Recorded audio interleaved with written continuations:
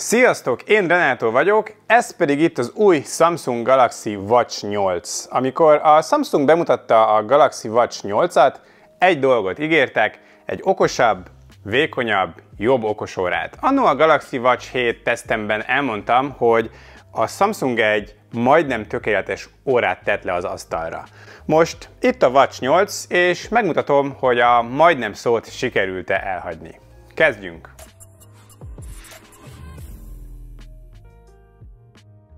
A kicsomagolás nem tartogat meglepetést, a dobozban van egy kisebb doboz, benne egy kézikönyvvel és garanciafüzettel, valamint egy USB-C végű vezeték nélküli töltőpaddal. Az óra a doboz közepén van, alatta pedig a szíj, ami most már ilyen gyors kioldós, bepattintós módszerrel csatlakozik. Az óra nem kompatibilis iOS eszközökkel, szóval az Apple felhasználóknak nem is kell rajta gondolkoznia, csak Android alapú telefonokkal működik, de sajnos vannak limitációk, az összes funkció csak Samsung telefonnal érhető el, mivel ugye nekem csak Xiaomi androidos telefonom van, így a tesztet azzal mutatom be. A párosítás alapvetően egyszerű, a Galaxy Wear és a Galaxy Health alkalmazást kell telepíteni, ezek ugye a Samsungokon alapból fel is vannak telepítve, és végig kell menni a párosítás lépésein, el kell fogadni egy rakat engedélyt, majd ajánlani fog pár órára telepíthető appot, és végigvezet a használaton, igazából pár perc alatt használatba vehető lesz az óra. Na de nézzük meg az órát, kezdjük a leglátványosabb és egyben a legmegosztóbb változtatással, a dizájnnal. A Samsung elhagyta a jól bevált klasszikus kerek formát, és áttért erre a cushion, vagyis párnázott dizájnra, amit a drágább ultra modellektől kölcsönzött.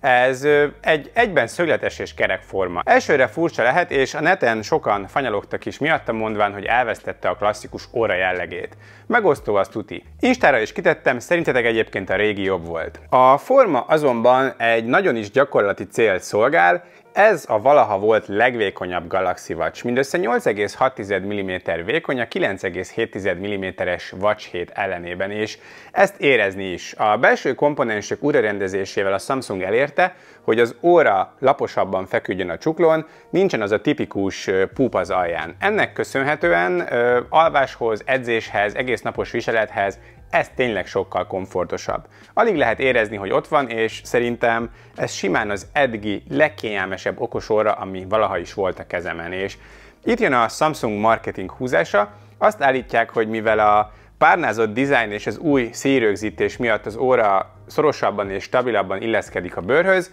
a bioactive szenzorok mérései, például a pulzusmérés pontosabbak lesznek, tehát a dizájnváltást eladják, mint egy hardveres fejlesztést, ami javítja a funkciót, még akkor is, hogyha maga egyébként a szenzor nem változott.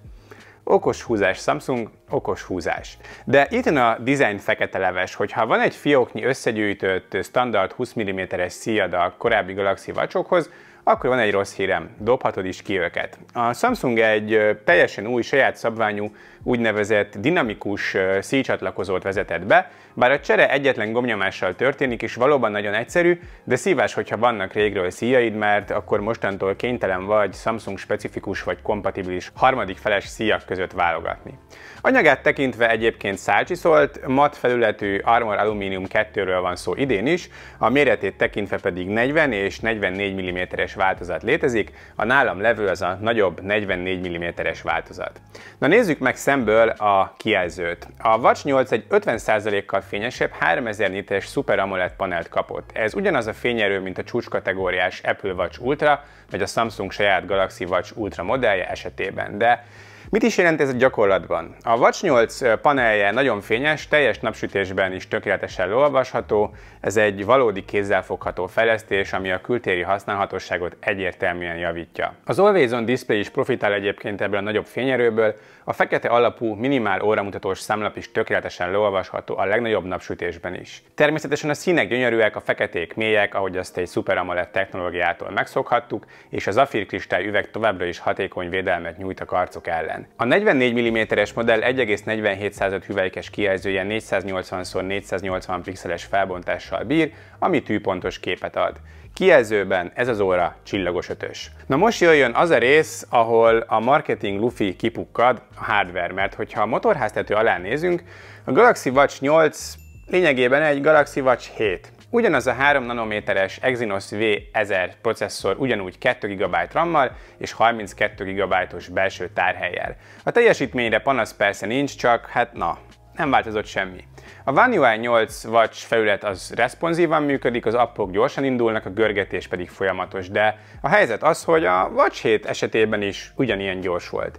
Aki teljesítménynövekedést várt, az csalódni fog. Itt nincsen ugrás, nincsen wow érzés, ez egy sima szinten tartás. Hogyha viszont a hardware nem változott, akkor ugye a szoftvernek kell elvinnie a hátán a sót. A Watch 8 az első okosóra, ami Wear OS 6-tal és One UI 8 Watch felülettel érkezik, és hozott magával néhány érdekes AI alapú funkciót. Lássuk, hogy melyek hasznos és melyek csak a marketing funkciók. Először is a kezelésről röviden. Pofon egyszerű, a főképernyőn felülről lefelé súlyintva a vezérlőközpont érhető el, alulról felfelé súlyintva az appok, legfelül pedig a leggyakrabban használtakat gyűjti ki, ami király, balról jobbra súlyintva az intelligens paklit és az értesítéseket találjuk, jobbról balra súlyintva pedig a widgeteket. Természetesen hosszan nyomásra minden személyre szabható, és az óraszámlapok is cserélhetők vagy módosíthatók hosszú nyomásra.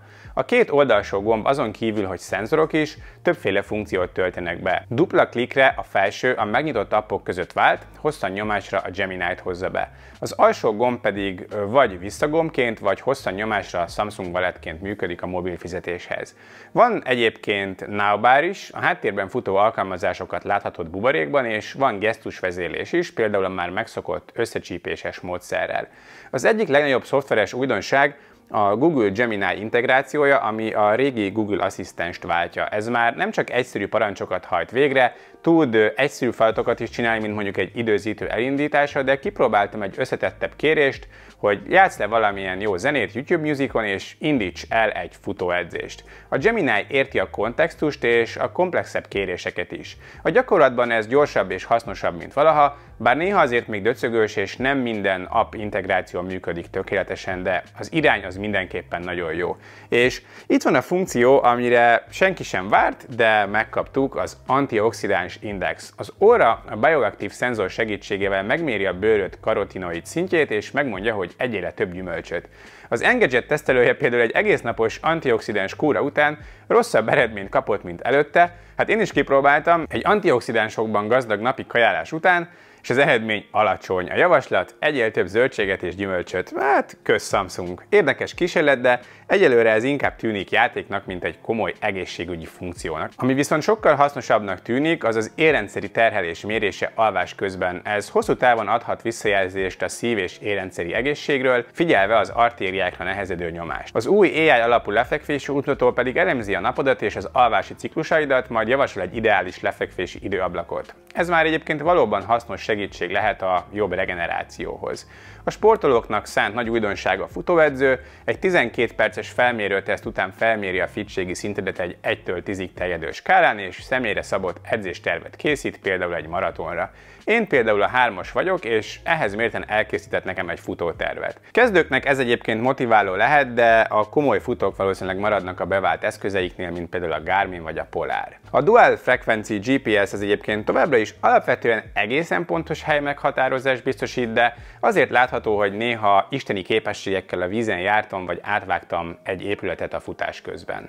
A Samsung Health mobil app pedig zseniálisan jó, az óra összes mérése itt található részletesen, mind az egészségi, mind a fitness adatok tényleg nagyon jól össze van rakva. Az appban még akár fitness kurzusok is igénybe vehetők. A Galaxy Wearable appal pedig saját magát az órát lehet konfigurálni, nyilván ekkora kijelzőn egyszerűbb, mint az óra menüjéből, meg itt könnyen átrendezhetők az appok, telepíthetők újak, vagy akár beszerezhető egy rakat óraszámlap, de ezek szinte az órán is ugyanúgy elvégezhetők. Szoftveres fronton kiváló a Samsung továbbra is. Annyit viszont javasolnék nektek első használat előtt, hogy menjetek sorba a beállításokon, egy rakat mérés ugyanis gyárilag ki van kapcsolva, de hogyha már veszel egy ilyen komoly órát, akkor érdemes kihasználni a szenzorokban levő lehetőségeket. Szenzorok terén a bioaktív szenzorokra azt mondják, hogy még pontosabbak az óra kialakítása miatt, és tényleg mindent is mér, kiírom ezeket a vágóképre, viszont van egy fontos limitáció. A szívvel kapcsolatos mérések, mint például az EKG, vagy a vérnyomásmérés, vagy az alvási apnoe mérés, hogyha nem Samsung telefonnal próbálkozol, közli, hogy hát sajnos ezt bebuktad, barátom. Ez érdekes limitáció egy androidos rendszernél. Adatkapcsolat szempontjából a Bluetooth 5.3 és a Wi-Fi stabil kapcsolatot nyújt. Na meg ugye a nálam levő modell LTE-s variáns, így eSIM-mel is használható, azaz a telefonod nélkül is tudsz vele telefonálni, vagy akár a netes alkalmazásokat használni. Végül pedig elérkeztünk a Galaxy Watch órák rákfenéjéhez, az akkumulátorhoz. A Samsung egy hajszálnyit növelt az aksi kapacitásán, a 44 mm-es modell 425 mAh-ról 435 mAh-ra hízott. A gyártó 30-40 órás üzemidőt ígér, a mindig bekapcsolt kijelző használatától függően. Az én tesztem során bekapcsolt Always On Display-jel, folyamatos értesítésekkel, SIM-kártyával, napi 1 óra edzéssel és alváskövetéssel az óra nagyjából 25 órát bírt. Hogyha kikapcsoljuk az Always On Display-t, ez kitolható körülbelül 35 órára, de 2 nap az már nagyon necces, szinte lehetetlen, maximum, hogyha bekapcsolod az akkukímélő módot, de akkor meg ugye mindent leállít. Egyébként egy részletes alvásfigyelés is körülbelül 20%-ot lehúz belőle az éjszaka. Ne legyenek illúzióink, ez még mindig egy olyan óra, amit minden egyes nap tölteni kell. A teljes töltés egyébként átlagos, kb. 80 perc, így nem elég neki, hogyha csak zuhanyzás alatt töltöd, mert egy 20%-nál többet nem tudsz közben beletolni. A Watch 7 hasonló használat mellett egy ilyen 20-22 órát bír, tehát kapunk azért plusz pár órát, ami jól jön, de nem változtatja meg a felhasználói szokásokat. A töltő továbbra is a legjobb barátod marad. Ez egy tudatos döntés egyébként a Samsung részéről, a többnapos üzemidőt a drágább ultra modellek privilégiumaként tartják fenn, de egyébként a Watch 8 Classic is egy picit nagyobb aksival rendelkezik. Na, foglaljuk össze! A Galaxy Watch 8 mellett szól a vékonyabb és a tényleg kényelmesebb dizájn, a sokkal fényesebb kijelző és a hasznos AI alapú fejlesztések. Ellene szól azonban a gyakorlatilag változatlan hardware, továbbra is csak egynapos akkumulátoridő, illetve az új funkciók némelyike azért megkérdőjelezhető hasznosságú, valamint az inkompatibilis szíjak. Ennek tetejében egy érezhető $50 áremelést is végrehajtottak, itthon ez 20, illetve 30 ezres drágulást jelent modellenként, idén 160 000 forintról indul az alapmodell, míg a nálam levő 190 000. Szóval a Samsung Galaxy Watch 8 egy tényleg kiváló okosóra, és talán a legokosabb androidos okosóra most a piacon, de nem egy forradalmi termék. Egy kicsit csiszolt, finomított, de alapjaiban véve egy Watch 7. Ha a Galaxy Watch-ot szeretnék venni és a pénz nem számítana, akkor nyilván ezt választanám a kényelme és a kijelzője miatt. Ha pedig a legjobb árérték arányt keresem, akkor meg egy leárazott Galaxy Watch 7 sokkal-sokkal jobban megéri, addig, amíg legalábbis kapható lesz, mert a kettő között tényleg nincsen sok különbség. A Samsung egy remek órát csinált most is, de idén egyelőre a valódi okos döntés talán az, hogyha a tavalyi modellt választjuk. Én a ti véleményetekre is kíváncsi vagyok, írjátok meg kommentben, hogy ti mit gondoltok az újdonságról. Hogyha tetszett a videó, akkor kérlek dobjatok rá egy lájkot, és iratkozzatok fel a csatornámra további részletes tesztekért. Viszlát a következő videóban, sziasztok!